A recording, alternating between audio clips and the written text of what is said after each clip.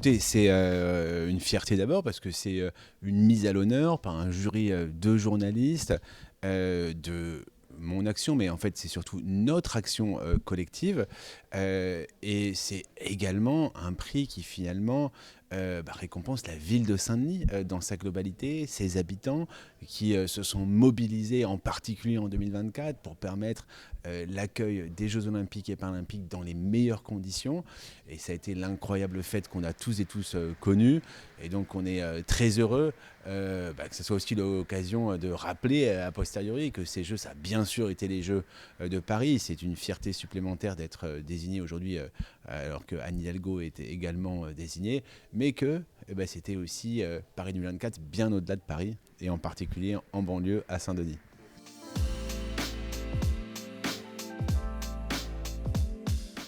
Écoutez, d'abord, il faut se dire que ce ne sera pas la même chose. Et puis qu'on ne manque pas de défis pour autant. Nous, à Saint-Denis, et ça a été aussi souligné par le jury, notre prochain grand défi, c'est d'ici quelques jours. C'est le choix que nous avons fait de créer une commune nouvelle, de fusionner la ville de Saint-Denis et la ville de Pierrefitte, pour, vous savez, essayer de finalement, face aux difficultés que nous connaissons, les deux communes, changer les règles du jeu, être plus forts, unis, pour savoir mieux répondre aux défis du quotidien que vivent nos habitants et pour améliorer le service public.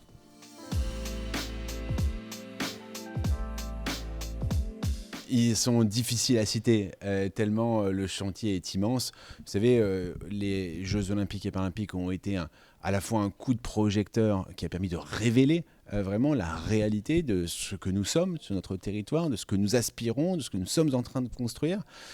Mais ça a été, et ça sera finalement pour nous surtout, un point de départ. L'héritage matériel, il est colossal des JO, mais l'aventure de mutation urbaine qui est devant nous, elle est encore plus importante que celle qui a été, que l'on a connue pour les JO.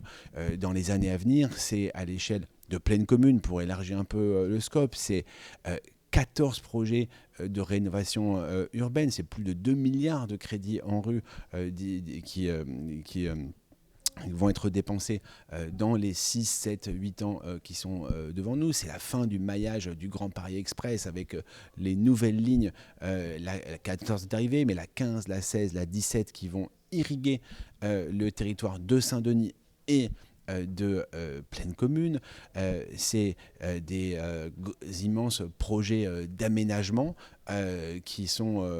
beaucoup à Saint-Denis, encore une fois aussi un peu dans les villes alentours, qui vont nous permettre de continuer à ce que la ville grandisse pour mieux répondre à la fois aux besoins des habitants et des habitantes, mais également tienne son rang finalement de ville métropolitaine et qui a un rôle à jouer dans finalement cet espace urbain,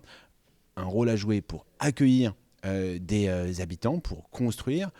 partager, mais également en termes de développement économique, pour que finalement ce positionnement exceptionnel de Saint-Denis, nous puissions l'utiliser au maximum et qu'il soit générateur de progrès partagés pour les habitants.